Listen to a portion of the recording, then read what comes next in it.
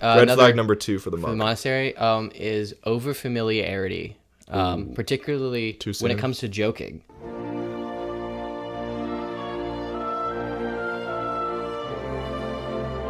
So a Gen Z slang word these days is the ick, and we hear it used particularly by like teenage girls, but it's this idea that there's something about the person that they're interested in that they don't like.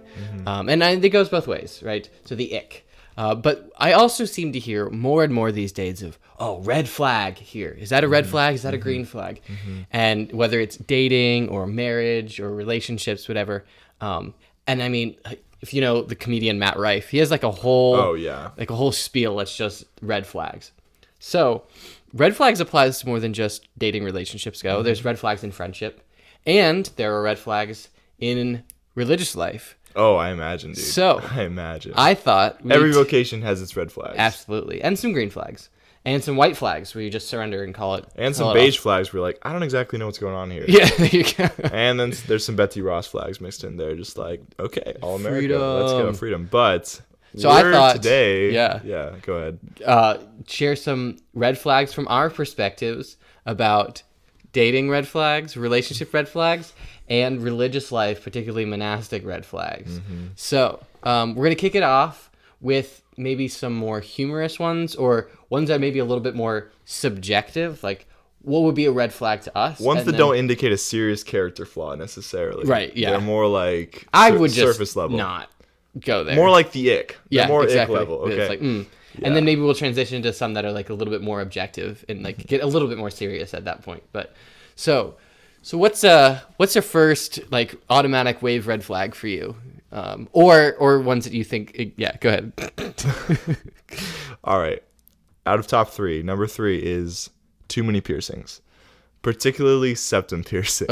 You see that, man? I It's can't. like, I just nope. No. The only things that should be having their noses pierced are bulls, right? Like cows. We're not cattle. We're human beings. And yeah, I think it's just really weird. It's just like there's no logic in my mind, or there's no like fully worked out Thomistic argument for why it's wrong. I'm sure you could come up with one pretty easily. For me, it's more just like I see that I'm like, ugh. Like there's a whole cloud of vibes that accompany seeing a nose piercing. Blue hair goes along with that. Having your pronouns in your bio, that kind of all goes along with that. It's a great cloud of you know what I mean? So but even vibe. also people with gauges that are like humongous. No, I mean, dude. actually just any gauge is gross, but but they just get bigger and bigger and bigger. I actually don't hate like the bar gauge that like it goes like across like the ear. I don't know if you've seen it. It's like a straight bar. Yeah. Some of those can be tasteful. Maybe not in your opinion. Still on the fringe. I just also prefer it doesn't matter anymore for me what I prefer. Yeah, when I was in the realm of dating or interested in girls, I definitely less piercings was a big win. Yeah. And which is all. And you know what's also funny is, so I have tattoos. Several tattoos. I was just gonna say, but I do not think they look good on girls. I don't think they look that great on people in period, like in general. I think you pull it off at this point, or at least I've accepted that. But yeah, dude, I mean, tattoos, not the most appealing on either sex, but I think particularly on women. Now, call that sexist if you want. It's just a little bit of a weird vibe. Yeah, well, remember, this is your red flags, right? These are my red flags. This is my personal perspective. Exactly. These are subjective. We're not saying for everybody that this is the case, but yeah. All right, now your turn. Okay, so one kind of humorous red flag that I've seen in guys who are considering joining the monastery, or just religious life in general. It definitely comes out of like a good place of like wanting to be participating in liturgy, or they're very zealous or like in love with what they're doing, but just being far too loud and confident in monastic prayer, whether it's recitation or singing. But do you mean like if they're bad at singing, or just in general? In general, like I've heard guys who are like honestly really good at singing, but they're sitting there, they're vocation guests, and the Salve Regina comes, and they just belt it out. Salve Regina! Now, a lot of them, when they belt out, they sound that bad.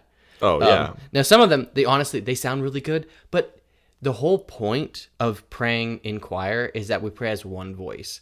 And when you hear one person over the other, there's a discontinuity. Yeah. So even the monks, we are reminded often by our choir master, like, hey, some of you are singing too loudly. Some of you are going too fast. Some of you are whatever. So we're working on that too. Yeah. But it's almost a little bit more acceptable when it's a monk because, like, okay, he's been here for a while. You know, he's like, maybe he's out of practice or he's just like off on today.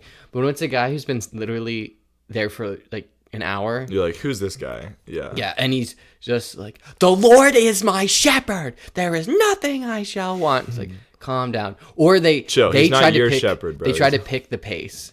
Oh, game like, over, dude. We're No. going like at our normal pace, and they try to go slower or faster, and it's like, bro. So yeah, that would be my first like red flag. Super fair. Okay. Number 2 for me is having a big social media presence, or like just generally on Instagram or Facebook, whatever they use. When the person is, definitely trying to be a little bit of an influencer. So, every day they're posting a lot of their daily routine on their story, or, they got a lot of, just a lot of posts in general all the time. It's a little bit of a red flag. It's more like a yellow flag. It gives you a moment to pause. At least. I'll just say that. And kind of the particular guy version of this, I think, is having the term entrepreneur in your Instagram bio. When the dude's like posting how much he's making and talking about all the deals he's making or how he's tracking the stock market like all the time. He's just trying to be one of those like finance bros. Yeah. Or I would. It's hilarious. So it's like too funny to be a red flag, but it's definitely like cringe. I could see. I would also say like guys or girls on that matter who post too much about like their working out. Yeah, that can also. That's definitely a form of vanity. Yeah, that just because the guys are like always like showing their flex. Like, got my pump today. And it's like, why do you need if you're not saying like do this set, do this set, do this set if you want to get like traps or if you want to get shoulders, but then when it's just like getting ready for like my competition. And they're probably not in a competition. No. It's like, why are you? I'm glad you brought up the distinction because there's definitely a legitimate version of that if you are actually trying to make a career out of fitness or you're trying to help other people. And so fitness programs that have worked for you and certain workouts that you enjoy and so you're going to share that with the world. That's fair. Same as you can do with any kind of content. But if if you start more and more mixing into that, just this obsession with yourself and your own fitness and you're kind of putting that on display for other people to just always be affirming. Again, once in a while, that's understandable. But if every day you're having to post gym pics for all the world to see, it's like, you don't need that. Yeah. It's just a form of vanity.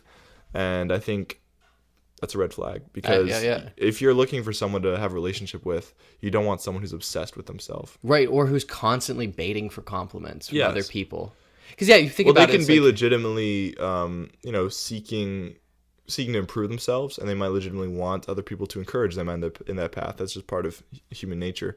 But if they're always seeking compliments from everyone, like from all 4, 5, 600 of their followers, they need all that. Then their significant other is probably not enough for them. Yeah, exactly. So yeah. Okay.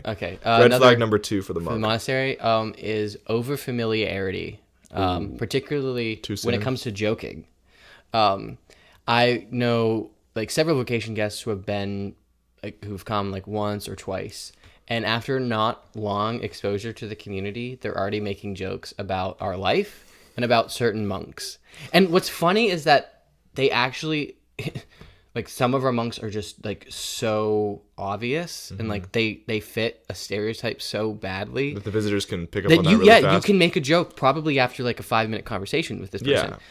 But doesn't mean you should. That's not a place. And there's such a thing as a sense of propriety. Exactly. Yeah. And even in the community, even if we know each other that well, that not Pope Benedict, Saint Benedict, who in the rule says like the worst like vice that exists in the monastery is murmuring and like what he would call like ruckus or like unnecessary banter and laughter.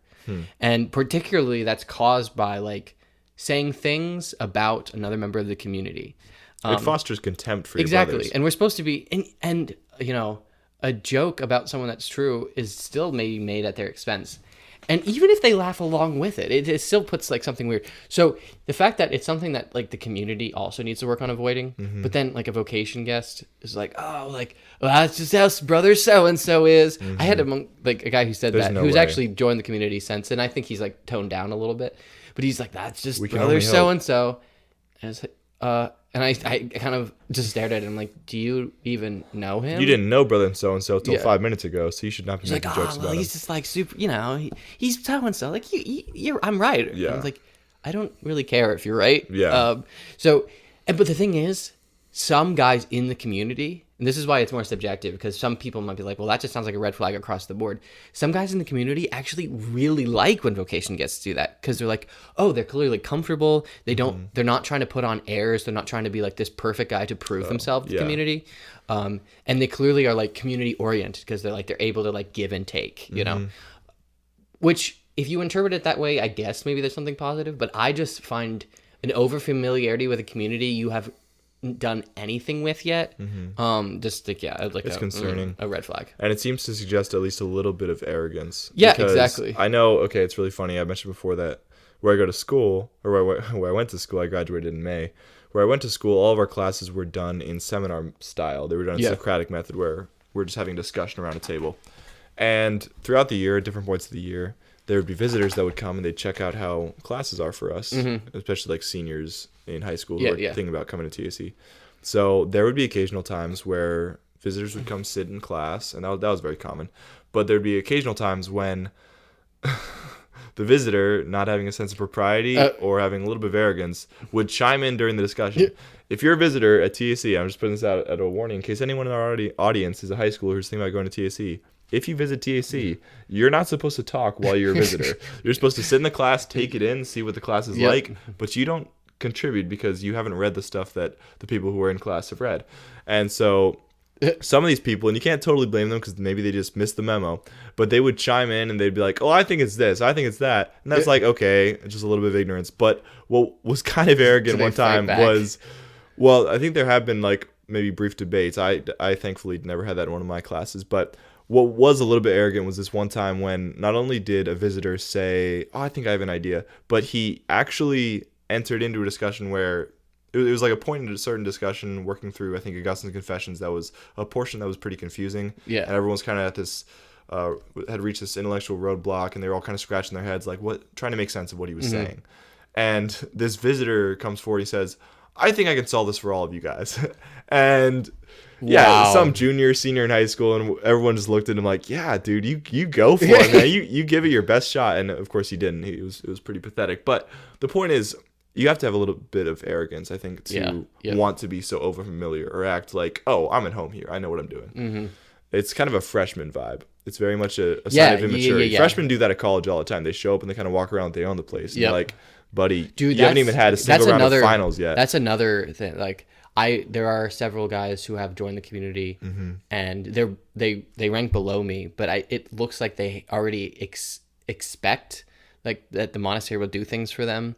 They probably feel special because they're new. Yeah, something like that. But I whenever I see someone act like they own the place at St. Vincent, you gotta find ways just to put them down. And there are other people who they're not even monks. They're like parishioners, or a couple other people that just like they walk around like, well, I'm just used to this place. So, like, that's my choir stall. Why are you sitting in it? I'm like, choir stalls are actually for the monks, right? Yeah.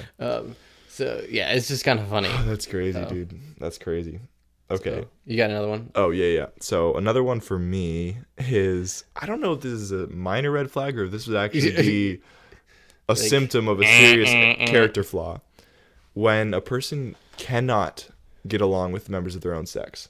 So, whenever you have that girl who's like, I'm not like most girls. I just don't get along with girls. I'm just more of a boy girl. Like growing up in high school or wherever, I always spend my time with boys because I just can't get along with girls at all.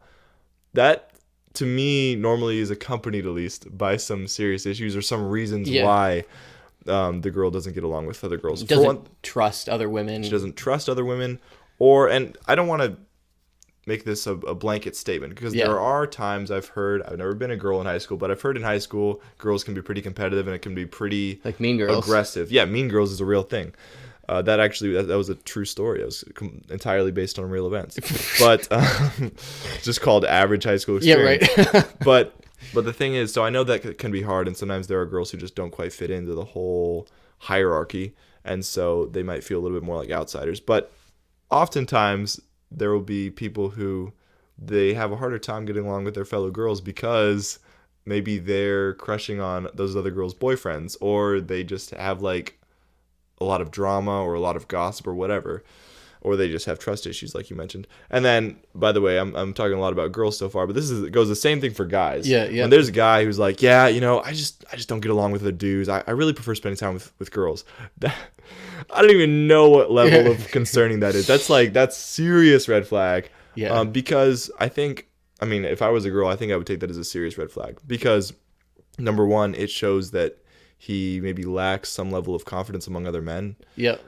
And then at least that's one of the main causes why some men are uncomfortable being around other men, is because they feel like they themselves are lacking something, and so they hate being reminded of it, so they don't want to be around other guys. So that itself is a little bit concerning. But then also another reason might be just that they don't share any interest in the same hobbies that other guys have. Mm-hmm.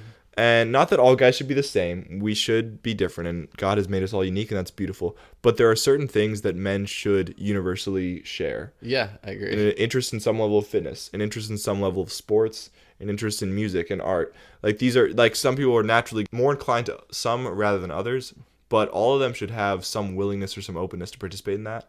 And if a guy's like, well, yeah, I just can't be around other guys because they just like sports, if he's doing that because he's closed himself off to the prospect of being into sports, then that's kind of concerning, because it shows that he's not interested in being passionate about some new aspect of life. Well, it's also, if you do that, he's like reduced like masculinity, or like being around guys is only like that. Mm-hmm. Because I know some like pretty like solid guys who just, they aren't really interested too much in sports, and they're not particularly the most athletic, but there are things that they're like very passionate about. Mm-hmm.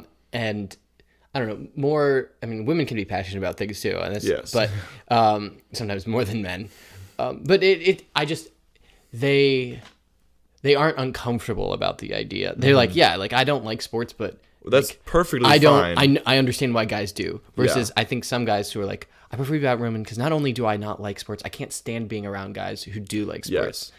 It's like, and I brought up sports as an example. It kind of doesn't matter what the thing is. What matters, and what's really healthy, I think, for dudes, is to have something that they're passionate about that can draw them into friendships with other men who are passionate about the same thing. Yep. So it could be sports. It could be music. It could be Star Wars for some nerds. If you're just like, oh, me and my buddy, we bond over the fact that we both really love Star Wars.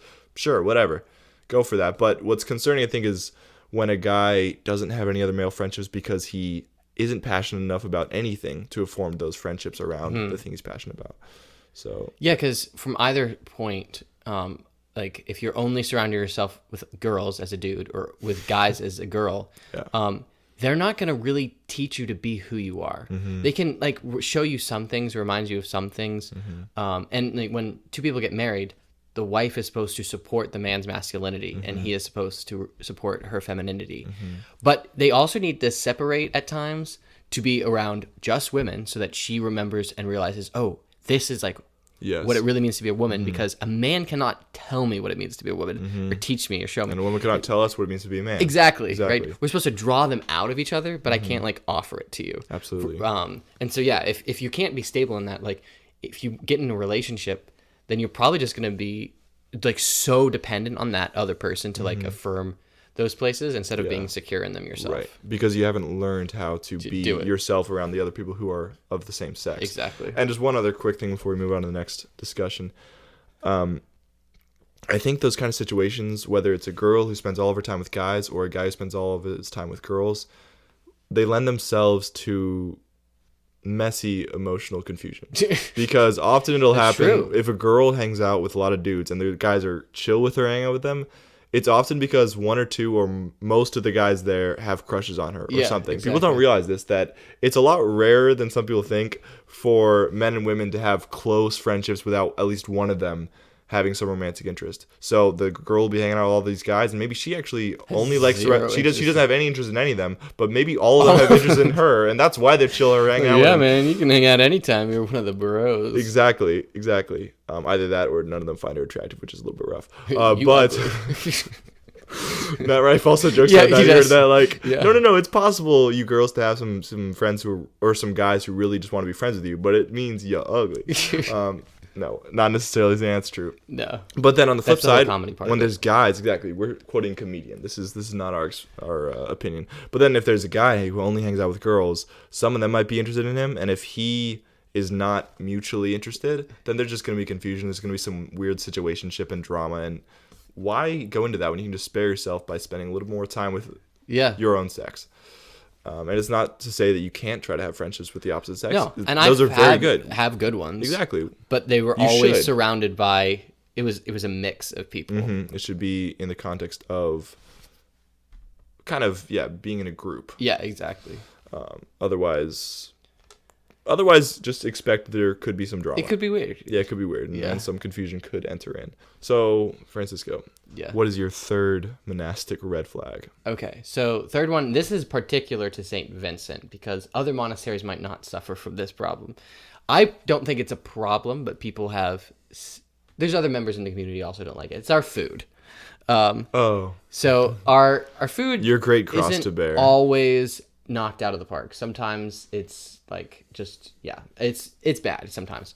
And it's because we have like a catering company. It's the same one that caters the college and the seminary. We just have a separate contract with them. And because of that fact, because other people prepare our food for us and they clean up after us, I really try not to complain because really it's kind of unmonastic. Yeah. There's just a big Your founder used to justification, just basically. eat bread delivered by crows, right? Exactly right. Yeah. You guys can handle some. So there are sus members meat. in the community who complain about the food. So to me, that gives me the ick to them too. But when vocation guests or guys who are discerning the monastery who have been there for a very short period of time are already on board with complaining like out the wazoo. I don't mean like every now and then saying like, "Wow, this chicken's like a little dry today." You're like, okay, I'm the king of barbecue sauce. If anyone knows me at the monastery, you can ask them what are two things that are basically in every meal. It's milk and barbecue sauce. For you. Yeah, because I kind of have to use barbecue sauce to like make some of the food taste better. But I find ways to do it, right? Yeah, We had be some really creative. dry potatoes the other day. I just added some oil, added some Parmesan cheese, some red pepper flakes, mixed it all together. Tasted fantastic. Sensational. But yeah, so there are several vocation guests though who have come like, man, this food really blows. They're complaining like they've been there a long time. Yeah, they're like, I can't believe we'd have to eat this, or, Bro, again, that's another form of overfamiliarity. yeah, exactly. Yeah. But when they complain about the food, I can't stand. I really cannot stand when monks complain about the food. When monks do. And it bothers me even more when vocation guests or young monks do because they're already on board with complaint. And I think it's a problem, honestly, in like just religious communities in general, is when there are certain things we don't have, right? So we've given up like most like any sense of wealth, really, right? Obviously we're celibate, so we've given up sexual Marriage and intimacy, family, marriage, children. We're not trying to be like, CEOs or heads of state or anything. So we've kind of given up positions of honor and power too. Obedience, So basically, like the last thing to hold on to, like as some kind of like enjoyment or pleasure, comes from like food and drink. Honestly, So you want at least those to be perfect. and it's the gluttony of delicacy that Saint C.S. Lewis talks about in the Screwtape Letters. Is that so? People will often not be gluttons in like eating tons and tons of food or drinking excessively, but they'll be glutton in their delicacy by saying like, well, I don't want tons of meat, but I would like the best cut of meat. Yes. Or They're not gluttons of quantity, but of quality. Exactly. Yeah. And it's just a super red flag to me if a guy who's discerning our community already seems to express that, because since I know it's a problem, I don't want it to be added to any more than it already exists. Yeah. And I every now and then I catch myself complaining about the food, and when I do, I'm like, no, you know what? But I usually try to add like, but you know what? I don't have to make it. I don't have to clean up after it. So, and I get 3 a day. There are people who don't get 3 a day. There'd be people who'd be so happy if they were eating dry chicken every day of their life. So yeah, when I see someone do that, and for some people it's not a red flag. So like, oh well, the monks do it and the food's bad. Yeah. But for me, it's just no bueno. That's super fair. I mean, there was a time when members of religious orders would have to beg for their food. Yeah. You're in a lot better place than that. And again, Well, exactly. Saint Benedict. And had to make their own food. Exactly. I love when certain monks say like, I wish we could just go back to when like we made our own food. And I'll say to them, so are you gonna go to the kitchen then? Are you gonna? Because if you were saying that, you better be the first person to volunteer when that happens. But they are not. They're the ones who want to sit down and like, I'll be the taste tester, right? But they're not actually gonna be the one at the stove. Exactly. So Yeah, when we say, "Oh, I wish things could be better in this or that way," what we mean is, I wish somebody else could make things better for me. Yeah, I so wish true, though. somebody could cook the way we used to, but we ourselves don't want to be responsible. Like often, the very matters of life that we tend to complain about, we don't want to take up any responsibility to try to fix those things. And so, yeah, complaining often comes from a lack of responsibility or from a lack of creativity. Like you mentioned, yeah, maybe the food isn't always great. That's how it was in my college sometimes too. The food is not always 100% great, but you can find ways with any given dish to make it a little bit more interesting, a little bit more spicy, a little bit more tasty. yeah, when I was in college, because it's the same dining service. Yeah. I was known for what we called calf hacks, which was the like cafeteria. that. Yeah. And I would just take stuff together, mix, match, and then boom, you actually have like a pretty decent food. You made some heart attack level stuff. Oh, I though. did. Yeah, the super waffle. Super That waffle. thing was Explain nuts. the super waffle Okay, the for super everybody. waffle was a dessert that would be split at a table. So it wasn't supposed to be just one person. That's a great thing to hear. 4 people. I always thought or this was more. like your average breakfast. Oh, no. just kidding. I would actually make this after dinner as a dessert. Good. So it sounds like a fire So we dessert. had a Belgian waffle like iron. So I would make a Belgian waffle, but as I was putting the batter in, I would get a brownie from like the dessert bar, Sensational. break it up, and put it in the batter. So you got like this brownie batter waffle. So take that out. Then you put 4 scoops of vanilla ice cream on, chocolate syrup, and Oreo cookie crumbles on, and then you repeat. Put another waffle on top. Make it like a sandwich? Yeah. Oh, I missed that. And then Dang. whipped cream and chocolate syrup, and then the like sprinkles or M&Ms or something else. Okay, the more I know about it, the more I'm glad that this is split among 4 people. And I would say like, hey guys, You want would have some type 2 dessert? diabetes by now if you didn't. But Oh yeah, right. But I'd be like, hey guys, you want some dessert? I'm like, yeah. And they're like, no, I'll make it for everyone. And then I'd come. Dessert's on me. I'd come with the super waffle and like all these small dessert plates, and That's I'd so cut like fun. little pieces for everyone. It was actually really cool because it was like a community building thing almost. That's great. And it turned like, you know, in some ways what could be subpar. Although Belgian waffle sauce on there and are actually really good. So, Oh, yeah. but yeah, I would do stuff like that all the time, and so I just try to do that still. That's sick. So if you want early to, form of Benedictine hospitality. Exactly. We've still never had super waffles. You always tell me about them, and we've never eaten them. well, So we're we gonna gotta have make to, them we should sometime. make super waffles. That for should Christmas. be like a Christmas thing. Yeah, dude. Let's do absolutely. it. Actually, maybe we should have a podcast episode where we sample super waffles. And eat pizza cake. We still never eaten pizza dude, cake. We gotta get Vince back. We gotta get Vince back. Okay. Okay. Yes. Yes. Sick. We just said the same things. Like we jinxed like 3 times right there. We should have him on while we're eating pizza cake. That would be great. Yeah. We could have like a full course. Oh, we yeah. start with like pizza cake, and then we have something else weird, and then we finish with the super. We could have waffle. pineapple upside down cake with pineapple pizza. We could have Whoa. like cheese pizza with German chocolate cake. We just have like a little variety. Yikes. Which sounds disgusting, but then again, pizza cake always sounds kind of disgusting. But apparently, Apparently, apparently it's good. this is Apparently, my first I time know. on a live podcast. Yeah. Okay, so that's some. Those are low key red flags. Yes, want to do a couple, less low key. A couple more serious ones. Yeah. I don't have any off the top of my head, but I'm gonna let you cook for a minute. And Okay, probably so something you say will probably trigger something. all in right, my so mind. the first one that I see as a major red flag is when a guy comes in with an agenda and with a major critique. That of how doesn't sound we're very doing obedient. monasticism. So, and whether it's the vocation guests or guys who like after a while of being in the monastery, all of a sudden you realize that we call it submarining in the seminary. Submarining. Yeah. So it means Oh. you pass under the surface and you like don't really like reveal yourself or your ideas until you're like far enough along Then you and got there's some not as many torpedoes. consequences. Then you surface and you're like, this is actually how I think about this, and this is how I'm going to be, and this is what I'm going to think. And it's like, that's You get a ordained major in a year and a problem. half, huh? Yeah, exactly. You're gonna do a little of that, huh? Well, I'm people just are, kidding. you know, they tell just us kidding. like if you submarine like after you get ordained, like get ready for till you like. Get wrecked. Yeah, like honestly, like get ready for a call from the bishop or from your superior. Mm-hmm. So that's a super red flag to me, especially because we have had guys who they've been there and like, yeah, I just like we'd be really excited to join this community so I could change how you do the monastic office, so I could change how like the kind of interactions you have with each other. I want to meet Like some of these I would, vocation guests. I had a vocation guest saying like, I would just be so quick to fire so and so from the college when I got here. I'm like, bro, what? I mean, yeah, well, I might agree with you that I probably would also prefer to fire that person.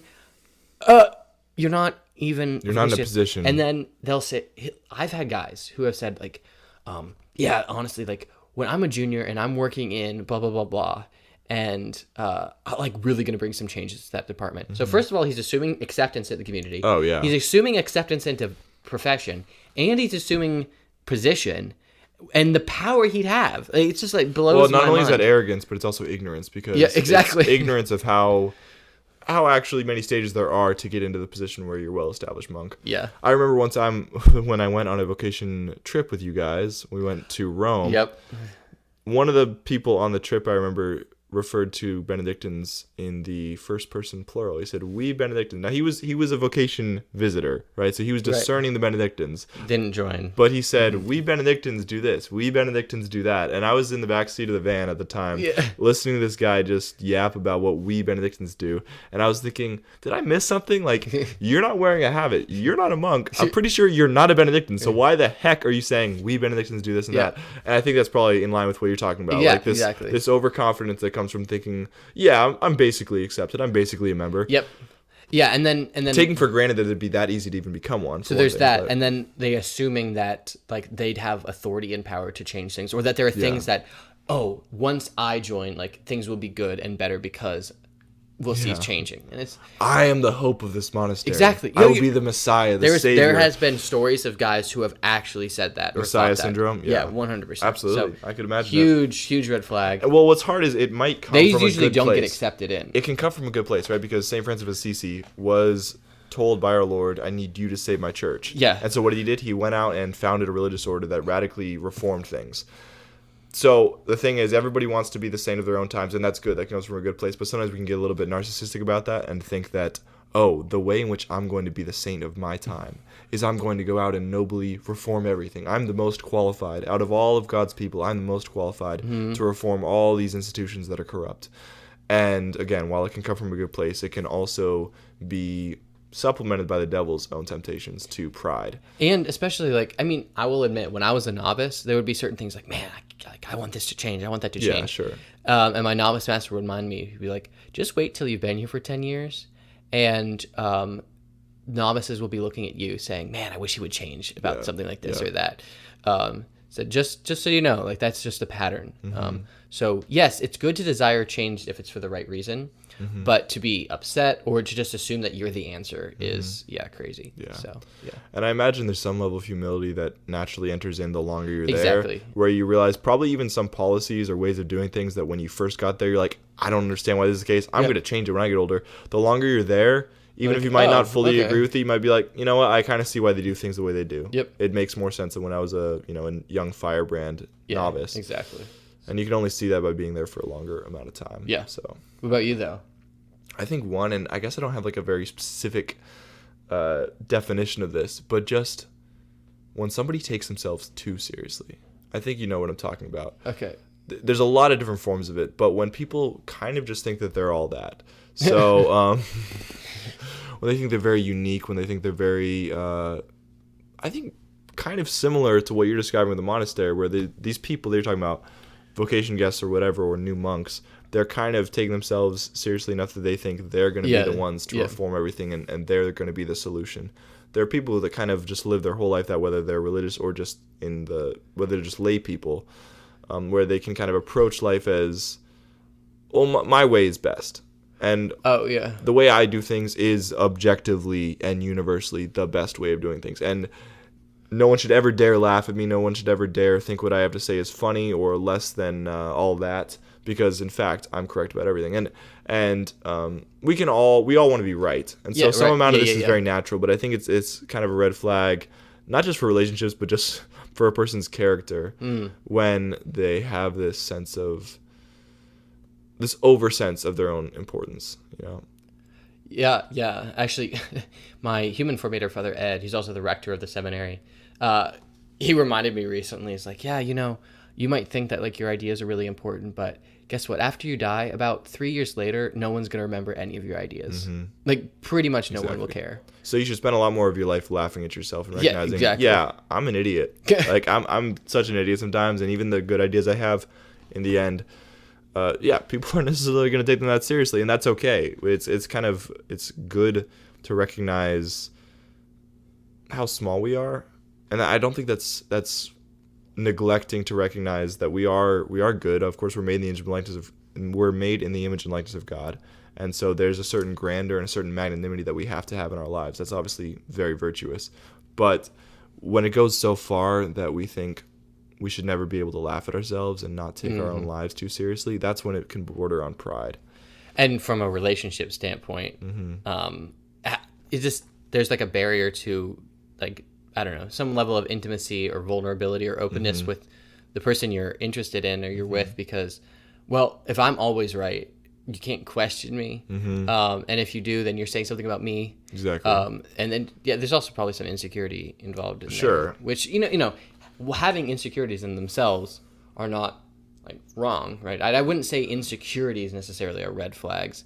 It's the inability to recognize them and then more than any other twist them to, like, say it's, oh, well, it's because you're the wrong one. It's not me, Yeah, well, that's a second layer of insecurity, right? Because you have some sort of insecurity in that case, but then you're insecure about the fact that someone questioned it. Yeah. So now you have to go on the offensive and say, no, I'm not wrong for this. I could never possibly be wrong. What about the complete other end of that, though? Someone who, like, has zero confidence. Oh, self-deprecation. Who just always, like, they'll agree to every opinion. Because I've also seen that as, like, in guys discerning, they'll, like, say something and someone will, like, challenge them, or just even say, like, well, okay, I like, personally don't agree, but, and they're not even ragging on what this guy thinks or saying, and he's like, oh, no, I actually, that's what I think. Yeah. It's like, so, like, what do they call that? Like, being spineless? I don't know if it's spineless or just willing to agree with everything. Oh, yeah. Like, if he's at one table, he'll say what all those people are saying. If he's at another one, he agrees entirely with what they think. Being agreeable is one thing. Being a sycophant or a kiss-up is entirely different. And, yeah, exactly. For one thing, because I like you brought up that if he's at one table, he'll say one thing, and if he's at a table saying the opposite thing, then he'll just completely switch sides. Yep. That shows that the person's kind of unreliable. They're so dependent on being approved of and winning the approval of whoever they're currently with that they can't actually have firm principles and stick to it. And honestly, that's concerning, even if the principles are their own respect for themselves. Like, for example, I think there are times when we might be tempted to, or for the sake of trying to be agreeable, we might be tempted to undercut our own respect for ourselves and our own values. Because we're trying to accommodate someone that we genuinely love. And so maybe, for example, this is just a classic example is how you spend your time. Say you yourself have some hobby that it's not just something you do for fun, but it actually helps you and it is useful for your life. It's good for your mental health, whatever. Maybe it's fitness, maybe it's sports, maybe it's art or musical instruments. If you want some time set aside for that and the other person says, well, no, we cannot possibly fit that in at all. And you're just like, okay, my bad, I'm sorry. Of course we can't. And you just immediately surrender any hope of you respecting your own boundaries and you respecting that you have some things in your life that are valuable in themselves.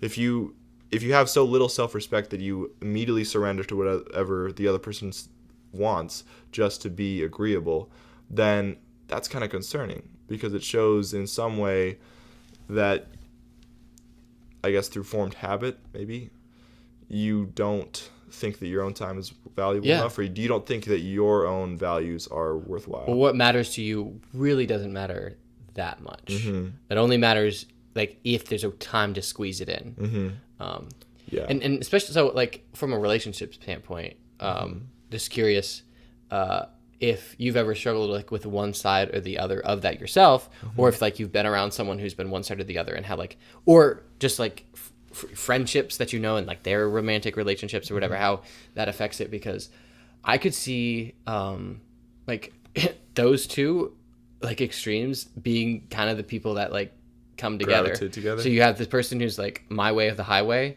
and then someone who's always, like, agreeable, okay, and then they seem to, like, be compatible because here's someone who always is assertive and here's someone who's always submissive. Compatibilities of vices. Yeah. But then you end up forming like this like dependency of codependency. You will always tell me what to do and I will always say yes. What matters to me only matters insofar as it matters to you. Yeah, it just it seems like a massive disaster waiting to happen. It is, but what you're right about is that at surface level, it seems like an ideal situation because it's like, oh, we're just kind of complementing each other's different traits. You happen to be someone who wants to be agreeable and you're willing to do what I say, and I happen to be someone who kind of likes imposing what I want, and I'm just very assertive. Like people can put these very same traits that you might identify as vices, they can frame them with words that sound much more positive. Yeah. Instead of saying someone doesn't respect themselves, you can say, oh, they're just agreeable. And instead of saying that someone's overbearing, you can say they're just assertive. And so you can say instead of recognizing, that's actually really good. Instead of saying, oh, overbearing and people who are overbearing and people who don't respect themselves can sometimes come together. You might say, no, assertive people and agreeable people just come together very nicely. And I think if it's tempered, if those people can learn to temper their respective vices by virtue, for example, the more overbearing person tempers their overbearing nature by a little bit more humility, and maybe the person who doesn't respect themselves so much tempers that lack of self-respect with some sense of magnanimity and recognizing, oh wow, I really am valuable and my time is precious and I should be able to some extent to do things that I want that really help my life. If they can temper those things, then it can turn into a really beautiful complementarity. Yeah. But on the other hand, if it doesn't resolve itself in that positive direction, then I think, again, those two vices can just feed on each other and form that codependency that you were talking about where, they just form this mutual habit. They know I do this, the other person's going to respond this way. The overbearing person says, I know what we're going to do today, and they know right away the person, their partner is immediately going to concede and say, yep, we're going to do just that. And I think, and it can potentially, the problem is that it can go on like that indefinitely. And I think what could be the trip up or the difficulty with that is that both can almost still see that the other person needs them. And like a relationship, that's a good point, that like, if I feel like this person needs me, then it must be good, right? And I need them. So like a domineering person needs the submissive or the agreeable, whatever you want to call it, person to help them actually get the stuff they want done. Because on their own, they probably couldn't do it. So they need the agreeable person. And so the person who always says yes, like, well, they need me. And at the same time, the person who always just says the yes man, it's like, I need this person for guidance. And they need me to assist them. And the agreeable person feels that they need that more overbearing person's approval to validate what they're currently doing. Yeah, so there's a need that they create for me, and I can still fulfill for them. And so when there's the kind of this back and forth, like, oh, that's mutuality, right? But it's like a false mutuality that exists. It's top down. It's unequal, but it gives this a semblance that it's equal because they're like, oh, there's still a give and a take, right?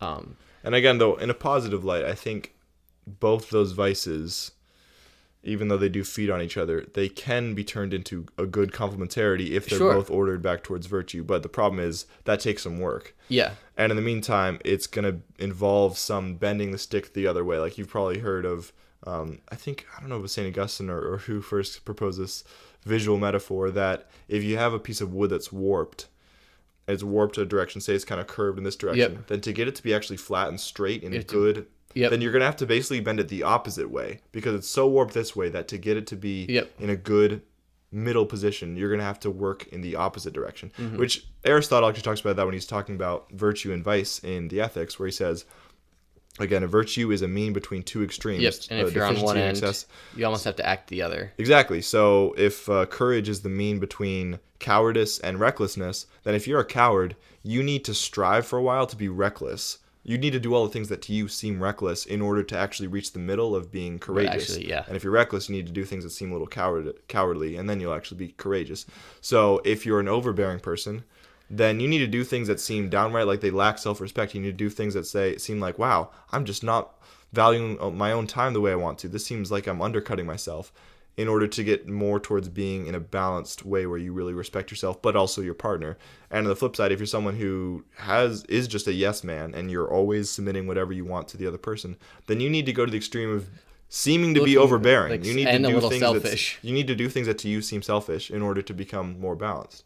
And that hurts because neither of those people, for different reasons, want to do those things. Yeah, Because exactly. it hurts and they feel bad about it. And you're comfortable in the positions you've already created with each other. Exactly. And so just as far as like red flags, both in relationships, like entering into that, if you recognize that in the other person, it's not necessarily like an immediate, I don't know if this is like a red flag that's also like a deal breaker, but like, okay, if I'm going to enter into this knowing that the other person is either domineering or like, you know, way too submissive, then if I'm conscious of that, I need to do what is necessary to like bring them to that point of virtue. Exactly. And be like also recognize, okay, if that's how they are, I need to do some soul searching myself to see like, where am I? And then same thing for like religious life. If there are guys who come in just thinking like they're gun-ho and they just like, I'm going to do X, Y, and Z and that like I'm needed in this community. Or I have seen other ones that like, yeah, like I said, at every table, they're kind of different. Or they're like, oh, they apologize for everything. They're just trying to be the perfect monk. They apologize for everything when you like correct them like a little bit, or like, hey, just so you know, like you don't leave choir like right off the bat, like you have to wait. And I've like, if it's a couple of guys who I've like said like, oh, just so you know, they're like, oh my gosh, I'm so sorry, brother, because I didn't know. I'm so sorry. I didn't know. I'm like, I know you didn't know.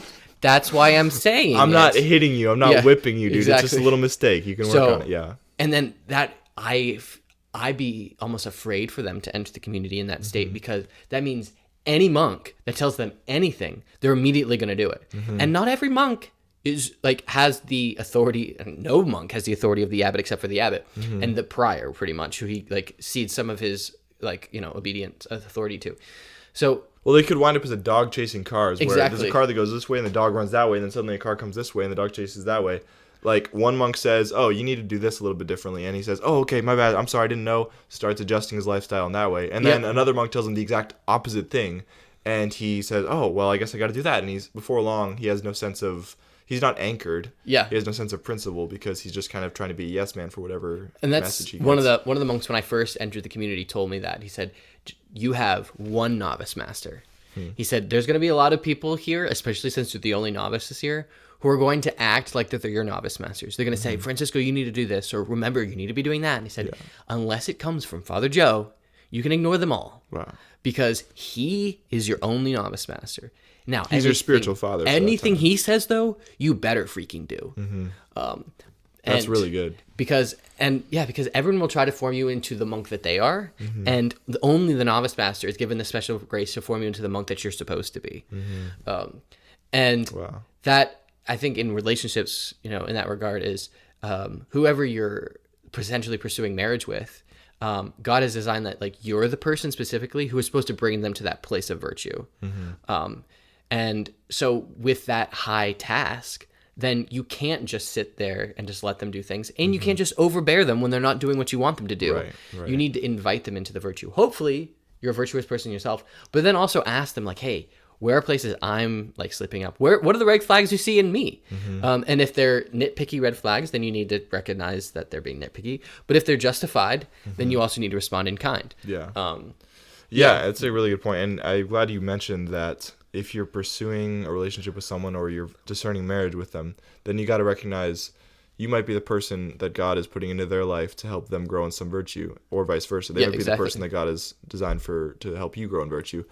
And I think it's important, though, to recognize that you don't need to be perfect to enter into a relationship.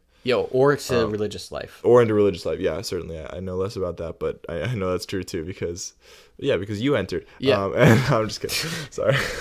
Yeah, and someone decided to date you, so clearly, well, you don't we all make mistakes. Anyway, the point is, it's, you might, that's crazy that you just said that. You might have a flaw, and it's okay to recognize you have a flaw going into whatever state in life you're about to pursue, whether it's a relationship or marriage or religious life. And you can recognize, okay, this is a place in which my new life is maybe going to actually help me grow. Yeah. It's not a thing that I have to have perfect before entering. That this new phase of my life that's in front of me might be exactly the place, the training ground where I'm going to improve in that way and improve in that virtue. And so that's okay to recognize. And similarly, it's just important right off the bat to recognize that you do have those flaws, though, when you're entering into a certain stage of life. Because, they say in the 12-step program of overcoming addiction, the first step towards overcoming a problem is recognizing that you have a problem. Yep. And so going back to the one red flag that we were talking about, whether it's a relationship where one person might be overbearing and the other person might be a little bit too much of a yes man, the first step towards overcoming that and reaching a more virtuous complementarity is just that the overbearing person recognizes, oh, wow, I'm kind of overbearing. And the yes man person says, yeah, I'm a little bit too ready to submit everything that I value for the sake of the other person. And that's hard because, again, we often will perceive our own vices as some form of virtue. And so the overbearing person might just say, no, I'm just assertive and I'm confident. That's a really good thing. And the yes man might say, no, I'm just willing to love self-sacrificially. Humble and harmonious. Exactly. And I'm a peacemaker. And those are all valid things. But we got to recognize with every virtue, there are some accompanying tendencies towards certain vice. Yeah. And so it's important to recognize that and recognize that that's a problem. So then together you can communicate about that and you can work on it. Or in your case, not a relationship, but in a religious life. Well, it is a relationship with the community. That's true. Relationship with God, because that's the whole part of the religious life is you're foregoing relationships with another human so that you can have relationships with God, who is so with Jesus God, you don't be like, yeah, you have these flaws. Exactly. But you say, okay, I have these flaws, Lord, can you help me work through them? And so that's something I've had guys who have said like, well, I know I cannot enter religious life until like I can work on X, Y, and Z. And for a lot of them, like I'm certainly not going to tell them like, no, you don't have to work on that to become a monk. Like obviously if they're stuck in some kind of habitual sin, you want to invite them to freedom and like, yeah. But if you're waiting till it's all taken care of before you enter, you might be missing on the way in which God wants to fix it. Yeah. God might actually say, no, look, the baggage that you have that you think you need to unload before you become a monk, before you become a priest, before you enter marriage, it might be that in the vocation is where I decided to be unloaded, not before. Yeah. When in Scripture, when God says, "Be holy, for I, the Lord your God, am holy," we hear like "be" as in like "be now," but it's actually like "become," like enter into holiness, grow into it. And what he follows is, "For I, the Lord your God," not "I will be your God." Like when you become holy, I already am your God, yes. And because I am, I desire you to become holy. So enter into that. So yeah, if you're stuck in that vice, then you recognize your own vice, like enter into, like you said, communication. Enter into that communication with whether it's a person, with your spiritual director, with God, as you're entering into your very vocation. They need to be said before, right? Because if guys never share anything with like the vocation director or whatever about things they're struggling with, and then they enter the monastery and it's a problem, and like, well, we probably could have helped you better in your process if you had told us. Yeah. Or marriage, you have some kind of addiction, you don't tell your wife, and then 10 years down the road, you're like, oh, my life's falling apart. And she's like, well, you didn't tell me about this, right? And now it is a problem because it wasn't addressed when it could have been a small thing. Yeah.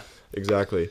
Yeah, no, I love that because it just seems very important to remember that if you wait to be perfect to begin living your life, then you're going to be waiting your whole life. Because we're never going to be perfect. And of course, there are degrees. There are some issues that are more serious than others, and that you need to have more like, okay, I'm going to address this pronto. Yeah. But that doesn't mean you always wait to have everything lined up perfectly to begin trying to do what God wants you to do. You should begin following God's will right now, no matter what place you're currently at. Even if you're just in the dregs of some habitual sin, or in the midst of confusion, or not even knowing exactly what direction you're supposed to go, you should be doing something to try to be following God's will. And I think St. Peter is like a perfect example of that, because when Christ calls him, first Peter says, like, depart from me, Lord, for I'm a sinful man. So he's recognizing like he's flawed and he should not be Jesus' disciple. Christ calls him anyways.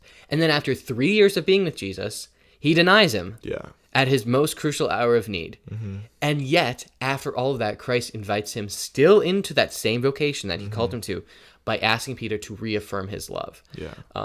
And after that, and it's crazy, like in one of his letters, Paul says, I opposed Peter to his face, basically saying like, Peter did not do what he was supposed to be doing. And I had to In call the him out Council for of it. Jerusalem, yeah. Yeah. He said, "Oh, I'll eat with Gentiles. I'll eat with Gentiles." But then when certain Jews like criticized Peter for it, he like backed off. And Paul's like, "No, because that's not the mission of Christ." Exactly. So again, Peter, yes, messed living up his vocation again. He proves that even in it, we don't always do it well. So, And that's just the like an saint, right? encouragement. That's the saint. Just encouragement that like Yeah. if you're desiring to enter into a marriage or relationship, but you think you have to get perfect before then, or enter in religious life, yes, you might have red flags, and you might see red flags in other Everybody people. has some red flags. We work on turning them into green flags, but until you can't wait around necessarily, because that person or that community might be the very means by which that happens. Exactly. So That's beautiful. Yeah. So- So some good tangents there. yeah, I think it was worthwhile though. good deal. Well, And drop in the comments your red flags. yes, yeah. Everybody's What would red flags that you would see? not ones that you've seen yourself. It's Yes, a little bit yeah. too personal. Let's not do that. But please share the ones, especially funny ones that you notice in other that people. would be One more, blue hair. blue hair. Yeah, Yeah, I'm Usually sorry, make good I just coffee gotta though. say it. That's true. Blue hair makes the best baristas, There but you go. But not the best. not wives. necessarily the best life choices. So true. So yeah, and if you also have any like other questions about like entering into the religious life, also drop those below. Or If you have any questions to ask, like, about- Nate's real personal questions about his relationship, Please don't. that If would you want to be ask hilarious. questions about marriage, you could send those and maybe our brother can reply. I don't know. Yeah, that's true. Yeah. He's currently about to have, or his wife's about to have their third baby. So Yes, that's pretty lit. sick. Awesome. Yeah. If you want to check out any of our other podcast content, you can find that right up here. Oop. And if you want to find some monastic content, you can find that over there. Checked us out. Yeah, there was one other thing I was going to say, but check out, stay tuned. We were going to do a live stream episode very, very soon. Oh, yeah. So look on YouTube and social media, like announcements for that. So Yeah, mark your calendars, dude. This is hype. This let's is go. getting exciting. All right. Yeah. Thank you for joining us for Thank you All Good so in the much. Brotherhood. I'm Brother Francisco. I'm Nate. Have a wonderful day. Peace.